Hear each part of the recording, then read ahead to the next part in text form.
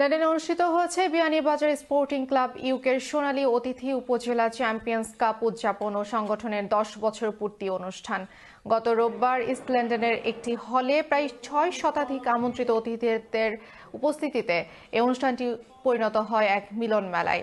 প্রবাসী বিয়ানীবাজারবাসী ছাড়াও বিলেতের কমিউনিটির সমাজসেবক, বিভিন্ন কাউন্সিলের কাউন্সিলর, সাংবাদিক, ব্যবসায়ী নেতারা অনুষ্ঠানে অংশগ্রহণ করেন।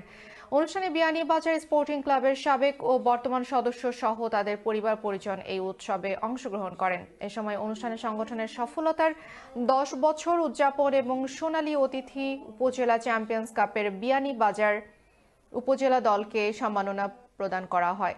বিয়ানীবাজার স্পোর্টিং ক্লাব ইউকের জেনারেল সেক্রেটারি আকবর হোসেনের সঞ্চালনায় অনুষ্ঠানে শুভেচ্ছা বক্তব্য রাখেন সংগঠনের chairman Mezba Ahmed MB.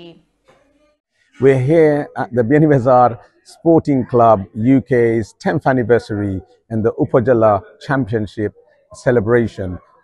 This event had 700 people that attended today with wide range of footballing community as well as our friends, colleagues from the wider community from across the UK that have supported us all the way along.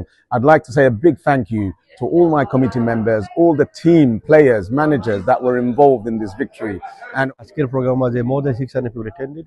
যার কারণে আমরা খুব ভালো লাগছে, যেমন every people from different থানা, সিলেটের বাইরে তো মানুষ কোনো আইসন, আমরা সবাই দাওয়াত দিছি, আমরা সবাই মিলিয়ে একটা সেলিব্রেট করছি success of Biyanibazar team as a whole, and this is testament the Biyanibazar team is unified and we've been going forward.